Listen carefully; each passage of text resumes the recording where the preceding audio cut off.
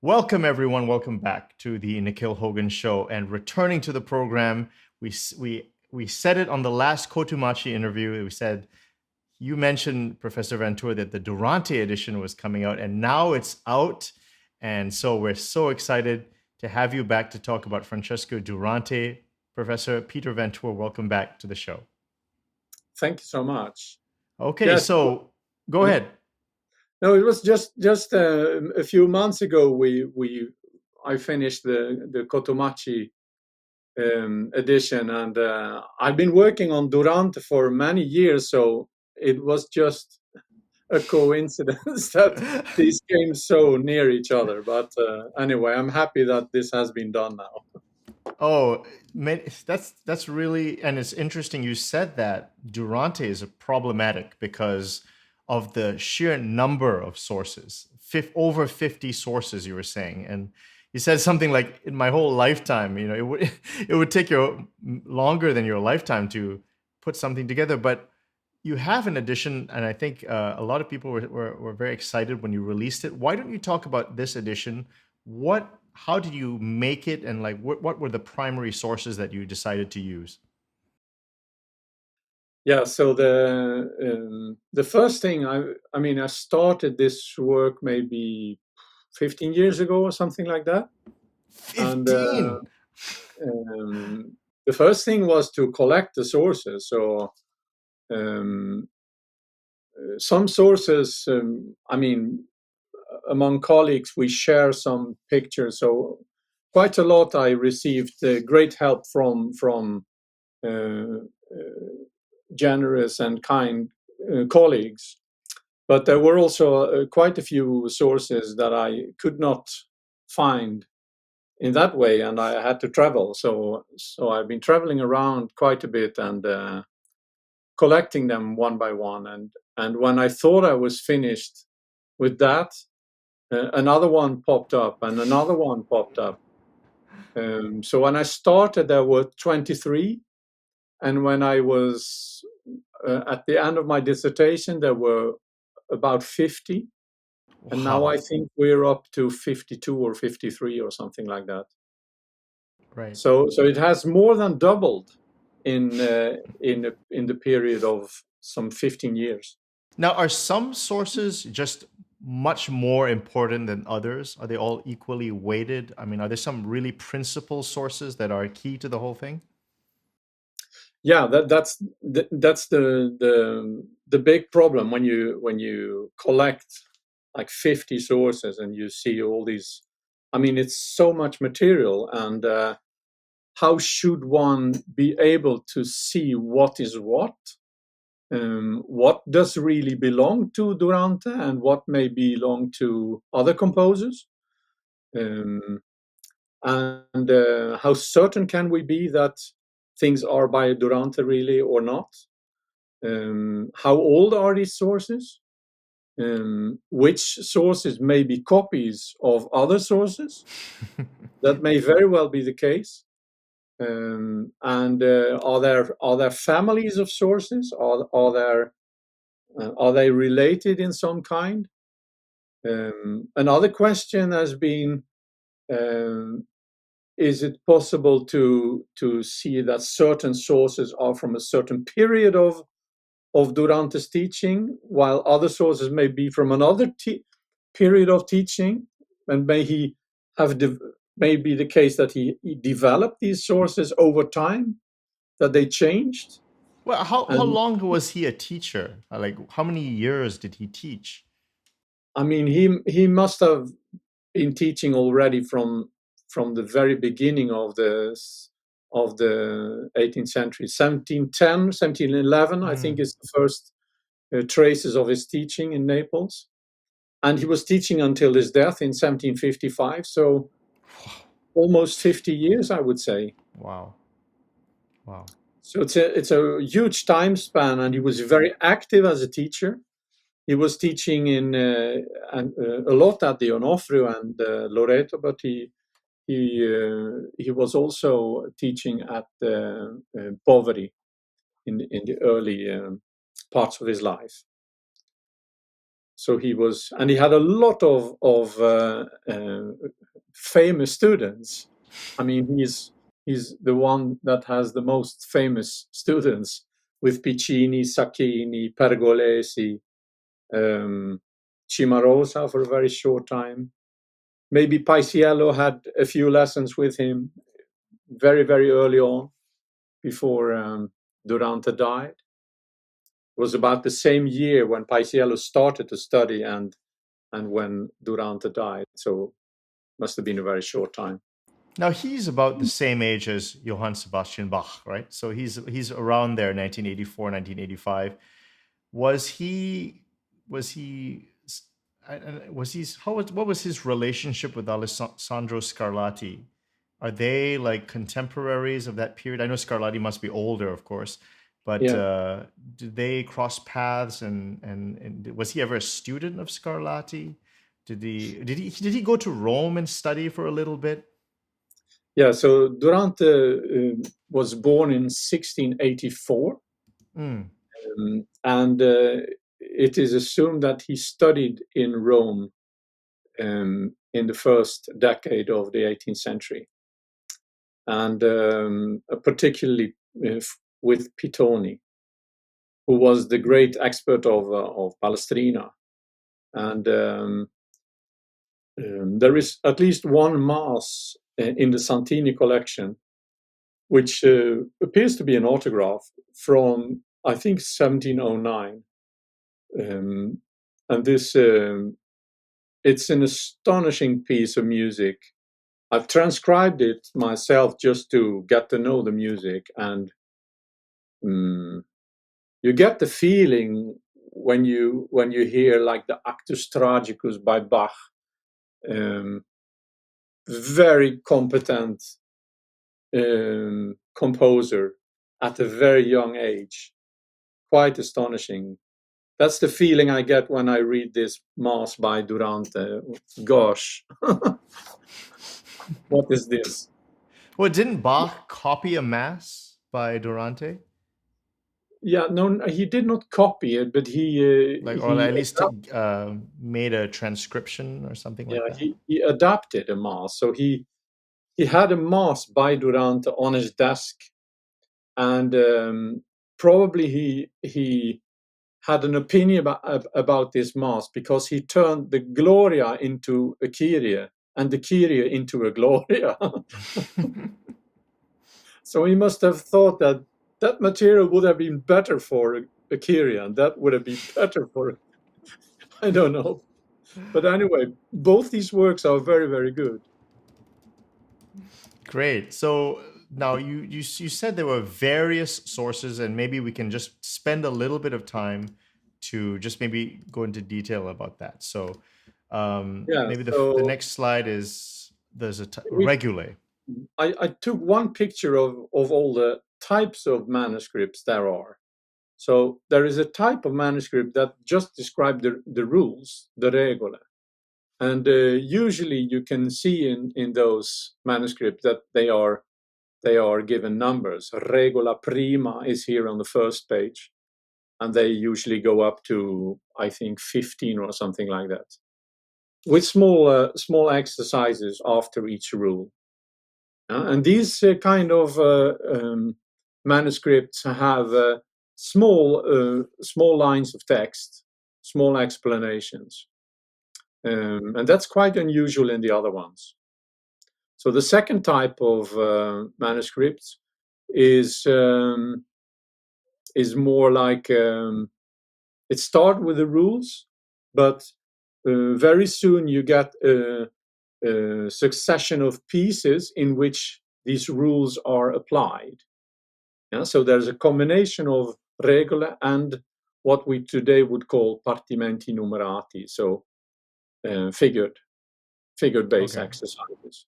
And interesting to see in these exercises that all these partimenti, you can really see from the partimenti that they are made of the exercises that are earlier on in these manuscripts. And you can see this here on this page, camminare di nona, so how how to treat the ninth. And it's just a little hint about the particular rule that is being applied, that he's working with, right? Great. Then the next type is it usually has this title, Studie per cembalo. Sometimes the title is longer, and then it says Studie per cembalo con partimenti diversi. And in this type of manuscripts, we usually find some 40 to 50 what we would call today partimenti diminuiti. Yeah, so these are partimenti with some hints for how you could elaborate them. And this is what I think the advanced course of the Durante's Partimenti. And they're clearly more advanced than the Regole and the earlier pieces. Advanced by, you mean, are they fugues? No, they are not fugues. They are mostly unfigured or largely unfigured partimenti. So are they comparable to Fenaroli's book 4, or I guess with Professor exactly. De Mera's book 3, and so it's more moti del basso and that sort of thing. Exactly. So you see in Fenaroli the structure of Durante's pedagogy. So you start with the rules, then you go over to doing pieces, applying these rules, and then when you're ready, it is as if you sweep everything from the table and start all over again with partimenti, but now without figures. Yeah? So the unfigured bases come later on as a kind of advanced course in partimento. And then there is a last type of manuscripts, and these manuscripts are usually from the 19th century. Actually, until recently, I did not know of any source from the 18th century. But most recently, we found one that is probably from the 1770s. So that's probably the origin of this type of manuscript. And typical for this type of manuscript is that you have the rules, you have the partimenti numerati, you have the partimenti diminuiti, and then there is a section of fugues. And when I analyzed all these materials when I made my database, I found out that many of these fugues are actually not by Durante. There are a few by Leo. There is one by Mancini. I don't remember all the details, but anyway, it's quite clear that this whole set of fugues is like an attachment of older type fugues that people valued and put at the end of Durante's, simply because there are no early sources of these fugues with clear attributions to Durante. There is not even one piece is clearly by Durante. Did he just not write many fugues? Is that just how it was? He did write fugues, but I think it was part of his pedagogical strategies to downplay the fugue because it was very time consuming to do fugue. I think he was aware that in the succession of what he would be doing after the Partimento teaching, he would be teaching a kind of counterpoint that was not relying on double counterpoint. So he decided early on that what is important for my students is to learn melody really, really well and to become flexible in modulating. So modulation technique is very important, flexibility, dramaturgy in making arias and so on, to become prepared for the opera. So all the skills that were important for opera composition were in this kind of pedagogical curriculum. But he never wrote And any operas, right? I mean, he was a church composer. It's so interesting, right? What that's like. I've wondered why he's produced so many talented operatic yeah, composers, and yet, his own oeuvre, you could say, is mainly church music, or is it completely? I don't know. Is it mainly church music and instrumental works? lots of instrumental music too, but that's true. He was mainly a church music composer, but his entire pedagogy is directed towards opera, and you see Mm, that from his students. I mean, all the great opera composers in Naples in the 18th century were from the Durante lineage, not from mm. the Leo lineage. And Leo wrote a ton of operas, right? That's so Yeah. interesting.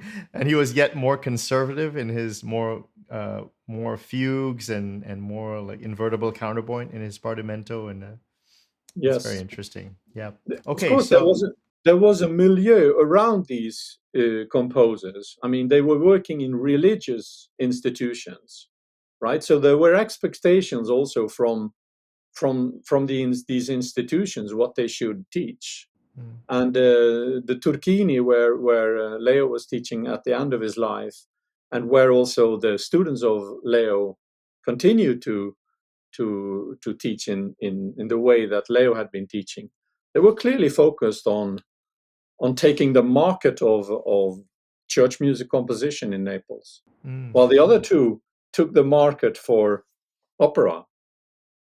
It, it's kind of a bit of branding, yeah, you know. yeah. What what do you want to become known for as an institution? Yeah, so here I just wrote down some of the manuscripts that belong to these various types. These abbreviations are like the letter for Mm, the country, and then the library, and then the call number mm. in the libraries. Are these hard to Um, get? Are these like precious, like Picasso's? Are they are they like you have to get permission and you have to find them and that sort of thing? of course. Yeah, they're Yes, they're like some some of relics. some of these places took a long long while to get the photos, but Yeah, if you're patient, yeah. it works. So here's type 3 and type 4. I notice a lot of type 4. Yeah, and the type 4 are all 19th century sources, the ones that you see here. Okay. So Yeah. what is So this? and then we had this one that turned up. I mean, I saw this in a catalog, just the number uh, of the manuscript, and in the catalog it stood anonimo, and then partimenti, no, cadenze e partimenti. So I mean, it could be anything. I had no clue what it was, and I asked a friend of mine, Sean Curtis, to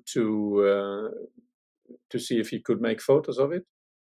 And as soon as I received them, I saw, aha, this is another one of the type 4, but earlier than all the other ones. So Right. this became the finally the source that I used for my edition.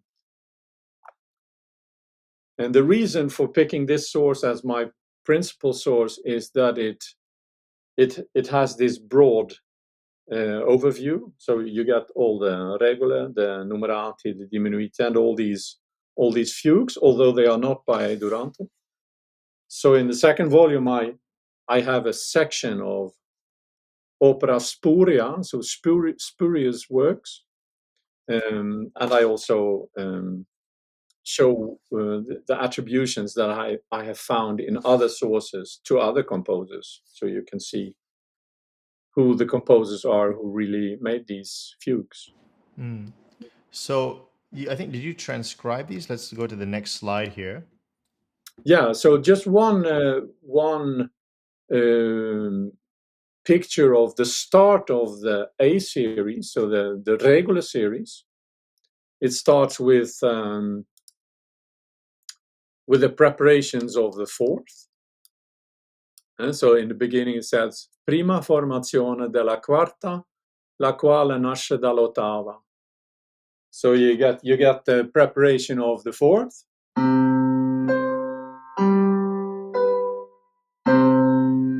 If I make it two-part, then you hear it arises from the octave.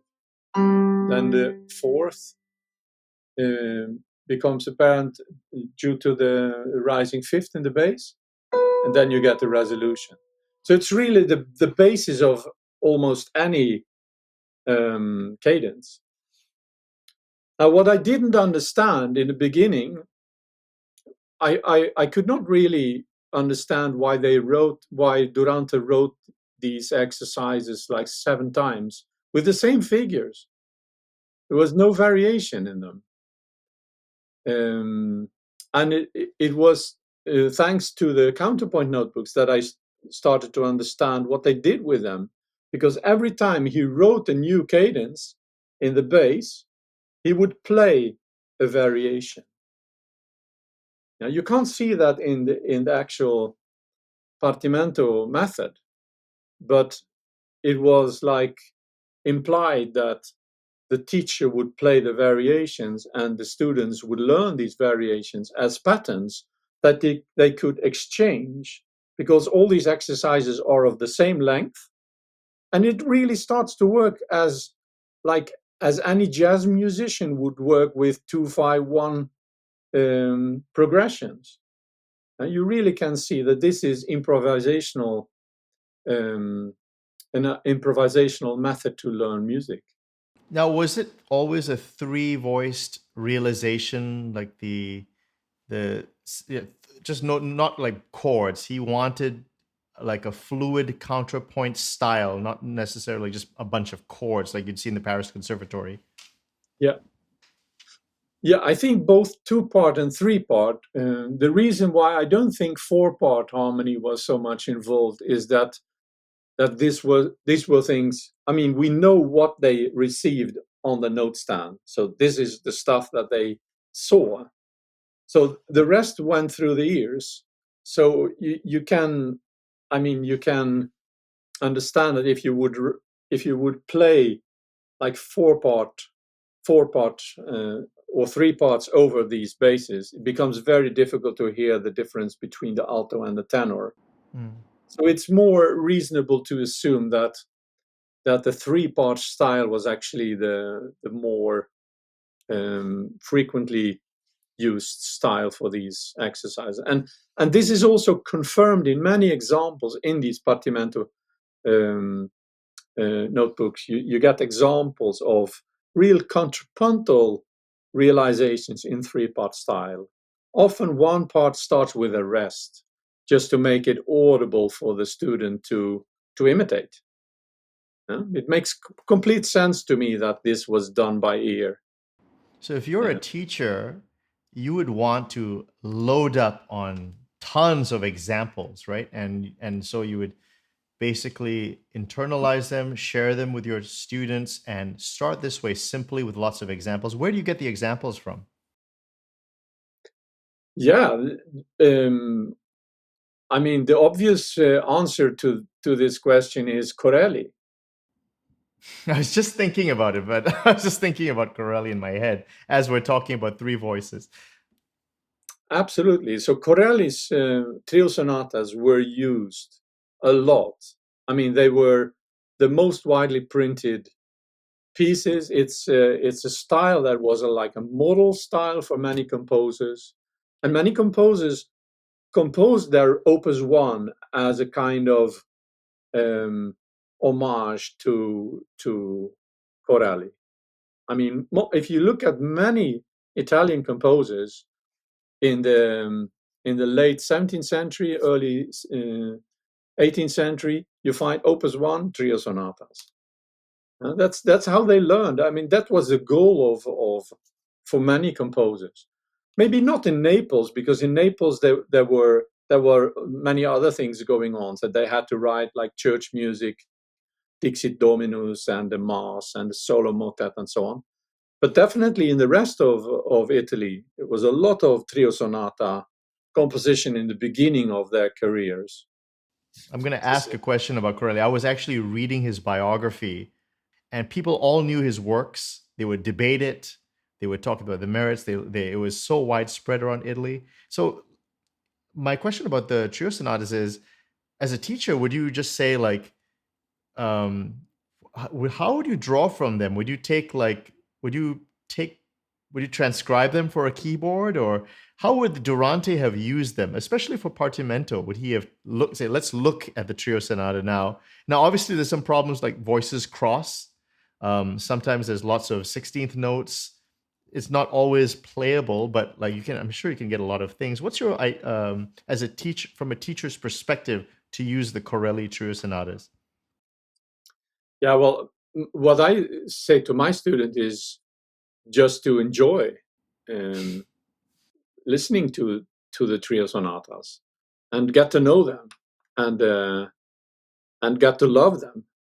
I mean, that's I think the most important thing. And if you have a score of the trio sonatas, especially the slow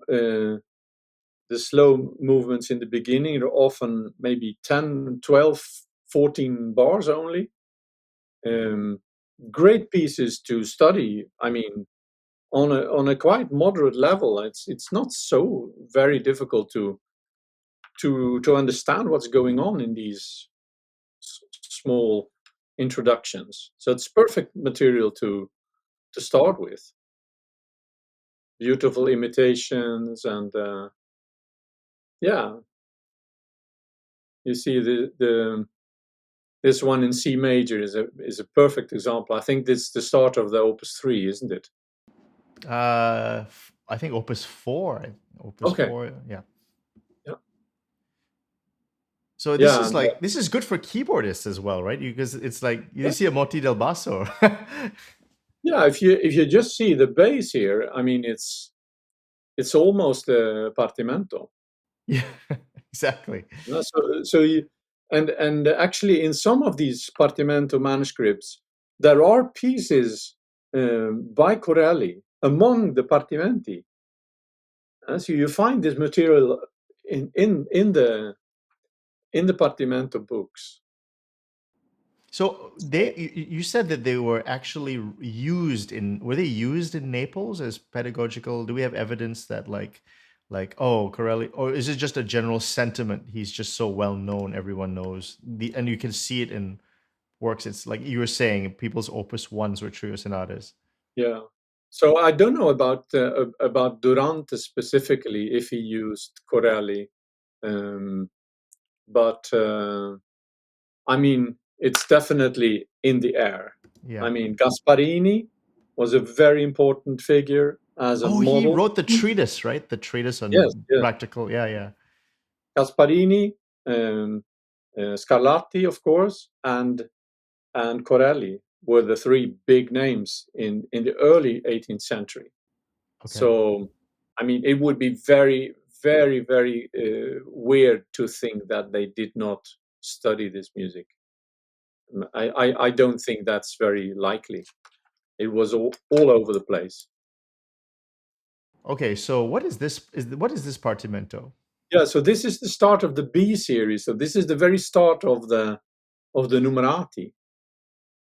And you see the pieces become a little bit larger, bigger, but there's still always an idea, a pedagogical idea. So in this case, you can see if you look carefully that in the first line you see 7/6, 7/6, 7/6. Yeah, so that's the basic idea of the piece, and that is used in the rest of the piece too. Yeah. Yeah, so it's almost like there is still a rule going on. There's still about a rule, but now you get a little more of an artwork, and it's more elaborated, and you have to do more things with your ear, and there are modulations going on. So It's a little bit You more challenging than the stuff you did in the beginning. you said that his Partimenti are more artistic and more musically of a higher quality than perhaps Fenaroli, who you said was perhaps more pedagogical, and these were more you could say more inspired. You'd say, It's my personal opinion. yeah. When I play Durante, I I get the same like a quality feeling that I get when I play Haydn. There is so much surprise in this music. There is so much intricate small things. You think that he goes to a certain key and he does exactly the opposite very, very swiftly. I mean, many beautiful things going on in his music, and also in his pedagogical work. So you might say, yeah, but this is pedagogical stuff. Is there anything of value here? But it's really good. It's really good. So I would say it's among the best stuff around in Naples, Wow. together with Leo's material. Leo's Mm. Partimenti are also top quality. You did the books, the two, 3 volumes of Nicola Sala. How does Sala compare with Leo and Durante in terms of the quality of the Partimento? Yeah, so um, Sala is more complicated.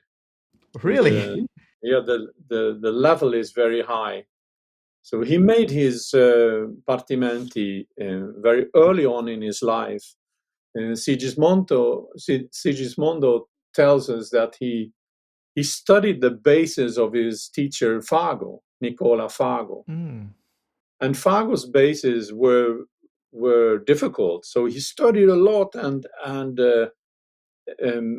turned his knowledge about partimento and counterpoint into these exercises. And this was in the beginning of the 18th century when the level was still very, very high. mm, And then when he started teaching after the 1750s, the level went down. The quality of the students wasn't as good anymore, and there was probably less money in these institutions, mm. and uh, and he couldn't use them anymore. So at the end of his life, it is told that he used actually Leo's pieces because they were slightly easier to start Really? with. Yeah. Wow. So he almost gave up about his partimenti. Nobody could play them. It's too difficult. Well, people can check out your edition. They're all there. Okay, so Diminuiti is this?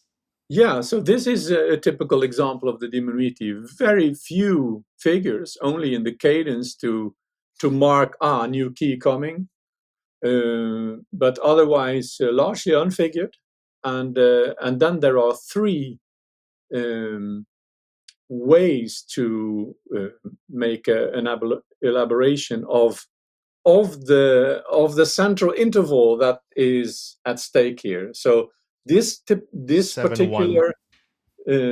particular partimento is about the semitone. Mm. And then you have to do something on this semitone. So what are you going to do with the other hand? So Durante gives three solutions, and then you work with these ideas and make something out of it. Yeah, so Yeah, how do so you check that you're doing so these examples, you plug them in, they work. You said something like people would make the students when they did apartamento, they would do many different variations or like versions. And so if you're a teacher, you're a student, you put in these three. How do you make 20, 30 different variations? no, I think one idea is applied in the whole piece Okay. in similar ways, or maybe with slight variations. But you stick to the idea, so it becomes a unity, and then you get the next idea, and then you make scalar movements, and that affects what you do, maybe also in the left hand, and so you make something out of that. And then besides these three, maybe you might be encouraged to do a number 4 and a number 5. You're on your own. Great, great. So do you ever look at the Durante solfeggi for melodic ideas and how they connect with the Partimento and the counterpoint books? Yeah, that's a very good question. There is a kind of a paradox, because if you look at the solfeggi by Durante, they are quite old-fashioned. They are more like church music style, while the Partimenti are clearly more modern. So, and in the school of Leo, it's almost the other way around. The Partimento stuff and the counterpoint teaching is very old-fashioned. That was clearly connected, and the solfeggi were clearly used as models for opera. So the modern style was more in the solfeggi. So to me, it looks very much like as if the solfeggio was a complement to counterpoint pedagogy in general. Yeah. So if Durante School does modern counterpoint and a more dramatic approach to contrapuntal teaching, then he would compensate for that by giving old-fashioned stuff in the singing lessons. Yeah. So in other words, I think the solfeggi are more used as like materials for their church music composition, while what you do in Partimento is more like becoming very skilled in playing and get a fluent composition in aria and recitative composition. Would it be so? Maybe if you wanted to be a church musician, you take Durante's solfeggio, you take Leo's Partimenti, and then you put the two together. Yeah, I think there are a few schools that really combine these aspects. The school of Feo is a little bit in the middle. So Feo was also a student of Fago, so he has this old-fashioned counterpoint, but he has also a dramatic attitude, and so there are more composers that are really a little bit more in the middle. Yeah, and So, this is the first one of the fugues, and this one is definitely and by Leo. oh, by Leo, not by Yeah, Durante. no, this is Okay, by Leo. Yeah, okay, and you included it into yeah, the edition. simply because it's always there in the Durante set in the 19th century, and also in this particular source that we found in from the 1770s. So it has been part of the Durante teaching tradition. Although we must be careful to acknowledge that this is not by Durante but by Leo. I'm going to ask a question that might seem uh, dumb, but would Leo or Durante ever share teaching materials? I mean, they crossed paths, right, as teachers. Yes, I don't know, but at least one thing I've noticed in Sala's teaching. I mean, Sala was a student of Leo and a student of Fago, and he was the successor of Leo, and he used Durante's canons in his teaching in the 1750s. So he I mean, that was then maybe the more severe part of contrapuntal teaching. But anyway, he probably learned from Durante, so there was no like Right. concrete wall between these institutions. Of course, I mean they knew each other and so on. But the pedagogy is clearly different. That's very clear. These okay, so let's keep moving now. The use of moti del basso. Yeah. So I just wanted to show a few examples or a few themes in the next slide. And I put the numbers of in my edition of the second volume. So the pieces C29, C32, 33, 34, etc. If you just look at the themes, then you can actually recognize the moti del basso. Mm.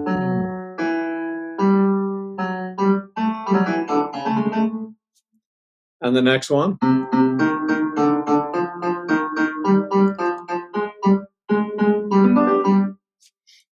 And then this.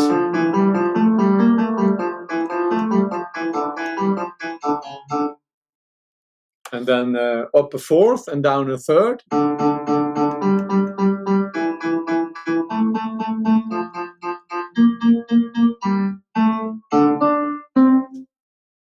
Etc., etc. So you see that this is part of the ascending series of moti del basso.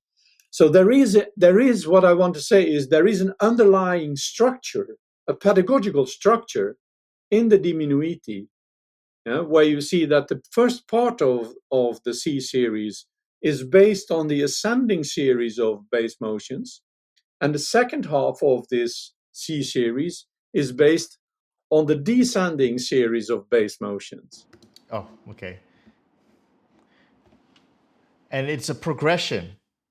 It's a progression, yeah, Yeah. and this is what you also recognize from Fenaroli, Yeah. because Fenaroli he also he works with like dry exercises of these moti del basso, and Mm. then he does something with them.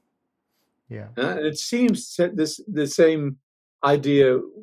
We don't know what if Durante also did dry exercises, simply doing the bass motions without making a piece out of it. So this is probably only part of what is left, and maybe many things were done that were never notated.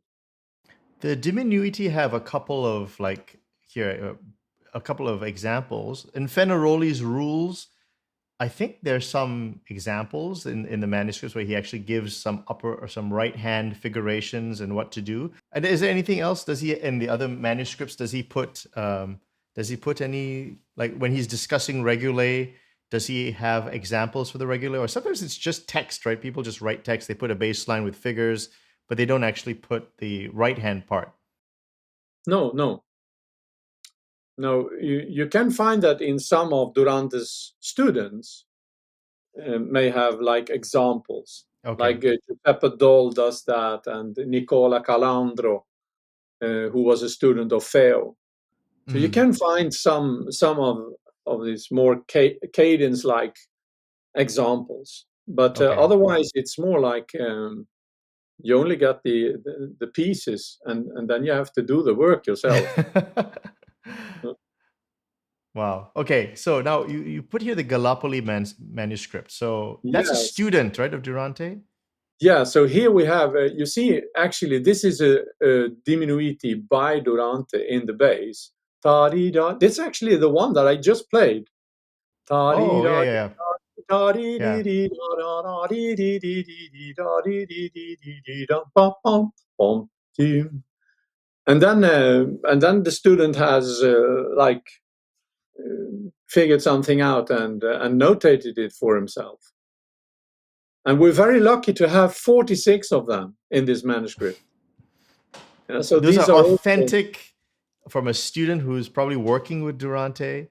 And you said yes, something interesting, right? It was maybe not at the level of like the Parma manuscript, but it's a pretty competent student. He does make some mistakes, right?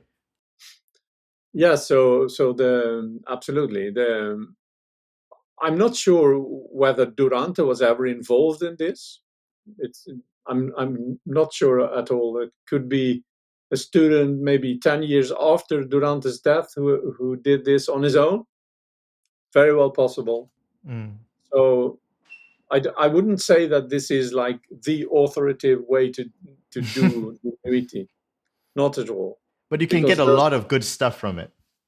yeah, but the one thing which is very interesting, what also could be interested for interesting for the viewers is that there are a few pieces in this manuscript that are remodeled, recomposed pieces. You can still recognize from which piece they come, but not really. Could you give an example? Yeah, so from the context you can see, this must be this diminuiti that he has like changed so much that you would not recognize it if you didn't know that it was coming from the diminuiti. Okay. Yeah, so it's reworked Oh, I have a composition. question. I have a question about the diminuiti then. So, is there like you said 50 sources?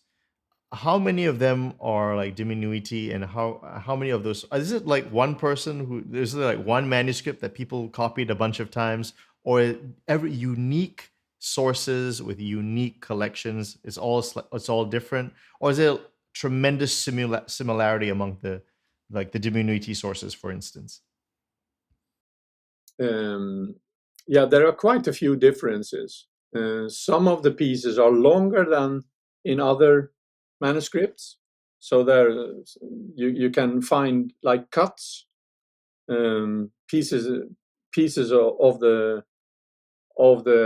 one diminuiti that has disappeared, and you don't find it in later sources at all anywhere else. But in the oldest sources, you may still find um, a more complete version. And Right. I Of particularly I have used in my edition, I have made use of the Genova source, which is the oldest one. I think it is from the 1730s or 40s. So that's a very valuable source for the diminuiti. And I could actually correct many small details in the text, because my principal source is a copy of a copy of a copy. yeah. And in some cases, I could go back to a very early one and see, this is what it should be. Oh, I see. Yeah. Right, right. That's wonderful. Okay, so we are coming to the end of the slideshow. Yes.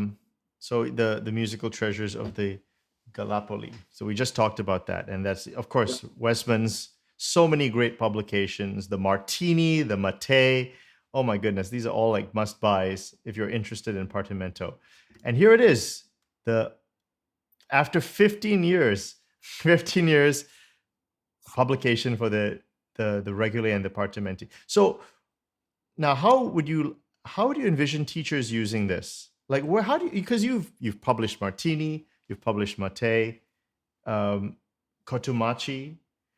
There's also Fenaroli, and this. So how would you like teachers to use these materials in a with their students? What's an efficient way, a good way of a productive way, a beneficial way that you envision teachers to use these materials?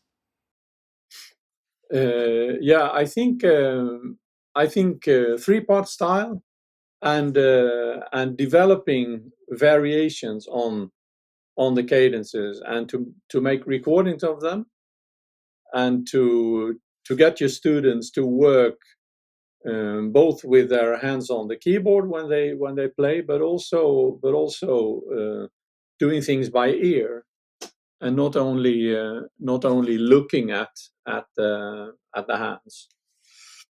So when I teach online, I like to have both just listening, but sometimes also with a head cam to see how you can get help in with fingerings, and so there's some piano technique involved, of course, too.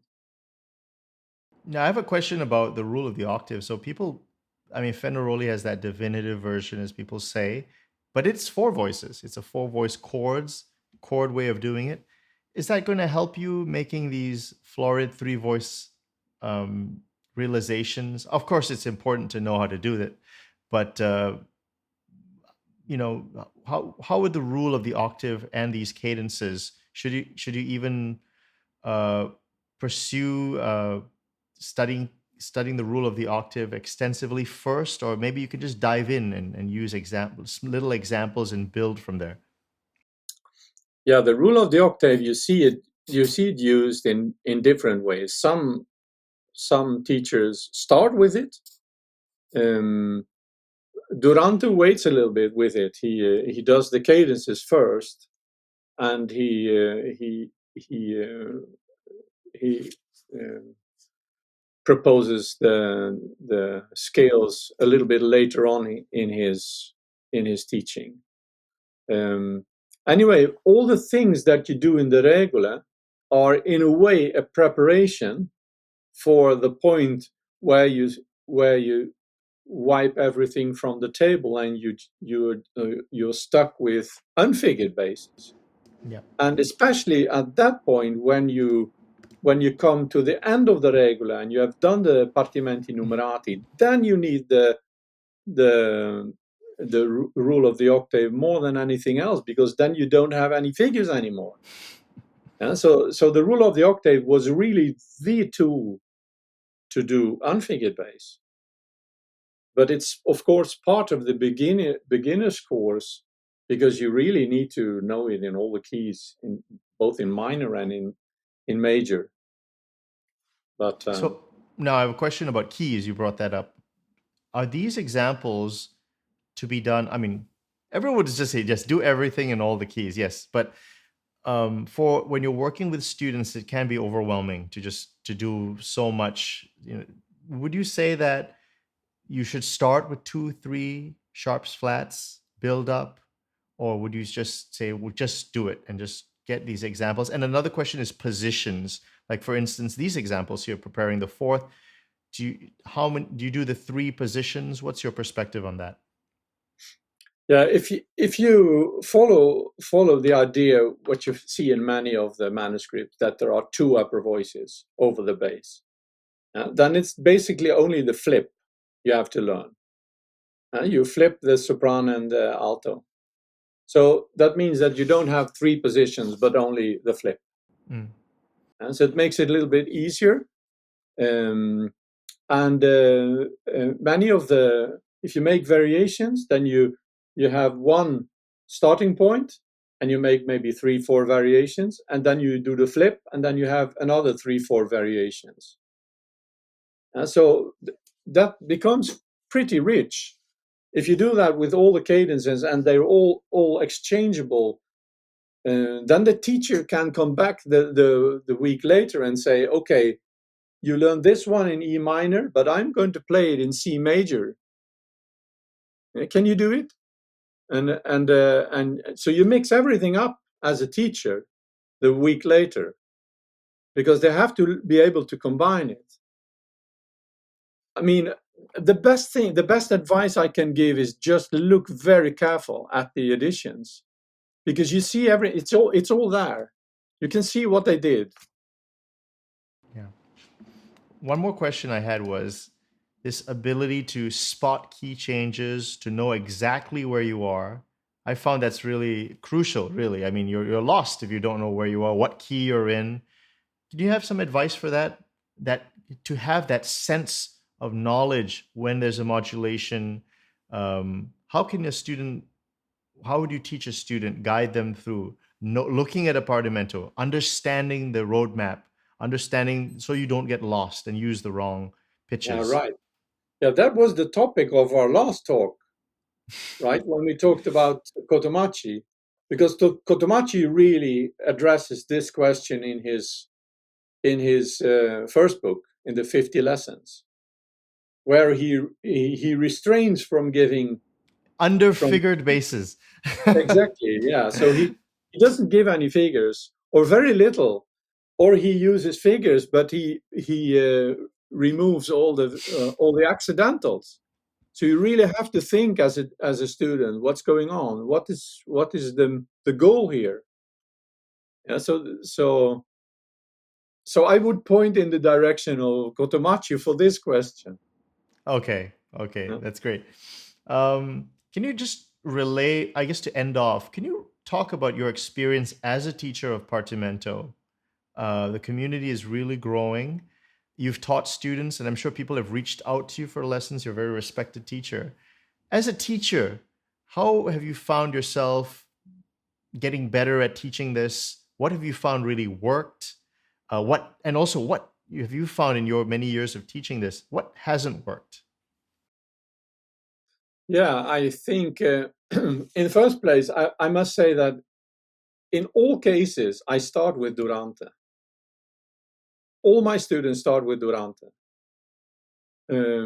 because he starts so simple with cadences. So I really think after having seen lots of stuff, I still think it's the best material to start with. After Durante, I usually jump over to Mattei. Why Mattei? Because Mattei's pieces are so short, so you can continue with this memorization process. You can learn, and there's a lot of sequences and a lot of cliches going on. So you learn the contrapuntal cliches by ear, and so you get like a database in your head of contrapuntal tricks, and they reappear in the pieces. And after that, I think you have pretty good skills to attack almost anything. After that, I usually go into Leo and Cafaro and Sala and Bologna's maestri or Saratelli. One more question I had was with regard to I forgot the question, but it was an important one. It has to do with I forgot my question. I have to edit this. It's to do with realizations. I forgot the question. It has to do with okay. So let me. I'm gonna have to edit this, but I'll answer the question. I'll ask the question again. So another question I had was with regard to the realization of the partimento. So let's bring this up here. Basso continuo.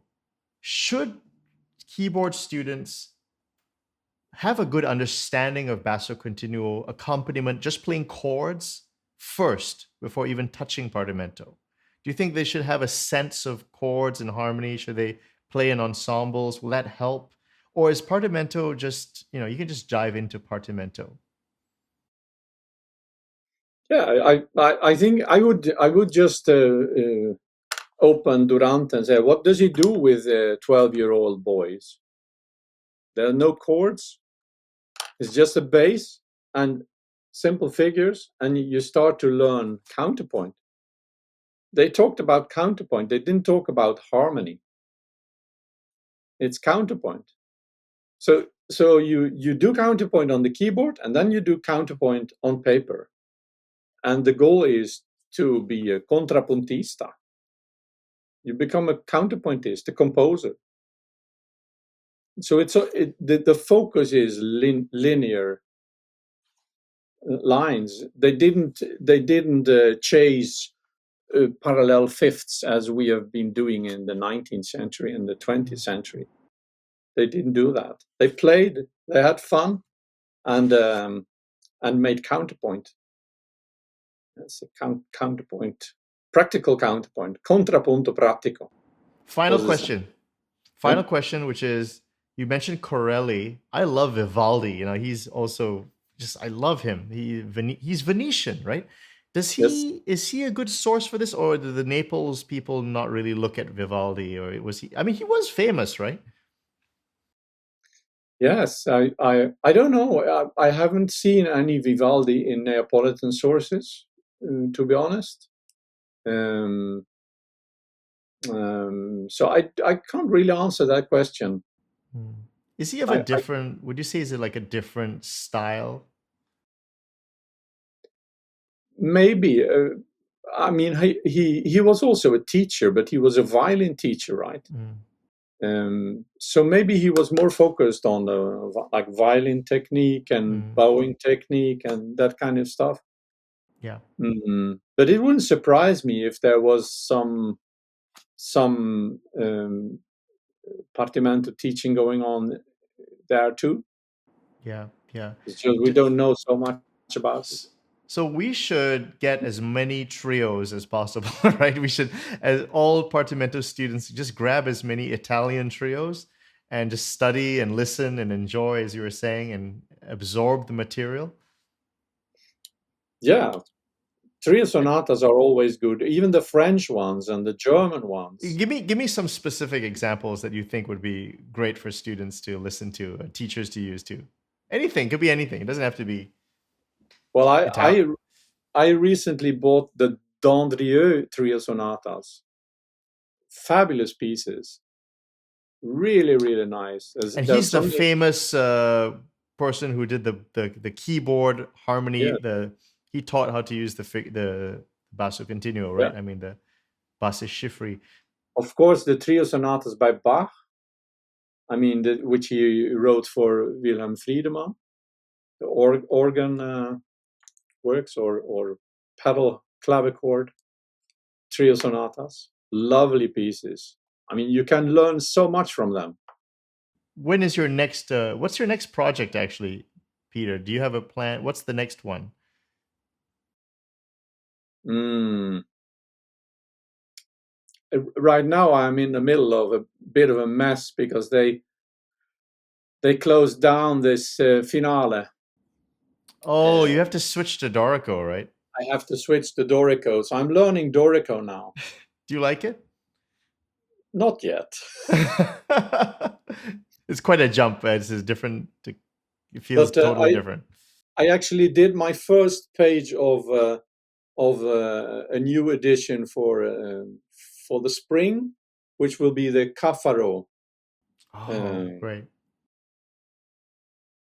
So I hope to do Cafaro next.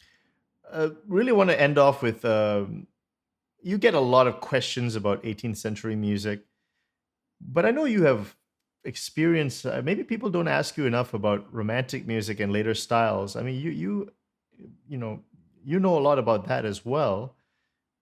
How can Partimento help you with if you wanted to write more modern styles, and more later styles? Uh, does it work back and forth? I mean, listening to trios from later styles, listening to Partimento, does the Partimento help you be a better composer for more modern styles? Or would you just listen to the later stuff and you can start there? Yeah, there's some French music in the Romantic era, some like Fauré and I mean moderately modern French music. You could absolutely work with Partimento. But if you get to the 20th century, I would rather advise you to take a score of Stravinsky than to take a Partimento collection. Yeah. There's been a lot of talk about I mean, you're experienced with all sorts of different theories. So how have you managed to synthesize all of that? What's your asking in a general way. Modern theory, there's so many kinds of them. So well, how do you look at music now in a more holistic sense, a general sense? Do you have a particular, like, okay, there's a thread, or I look at different styles, I use different tools. I'm a craftsman. I have a different toolkit for different styles. Or do you see like a general, like it all works in one thread, but with some little variations? Yeah, so I am a historian, so I want to dive into a certain historical period, and I want to use methods that are adequate historically to attack those problems that I see. If I want to learn like 18th century counterpoint, I don't want to use fugues, um, but rather more practically oriented stuff, and then maybe do fugues afterwards.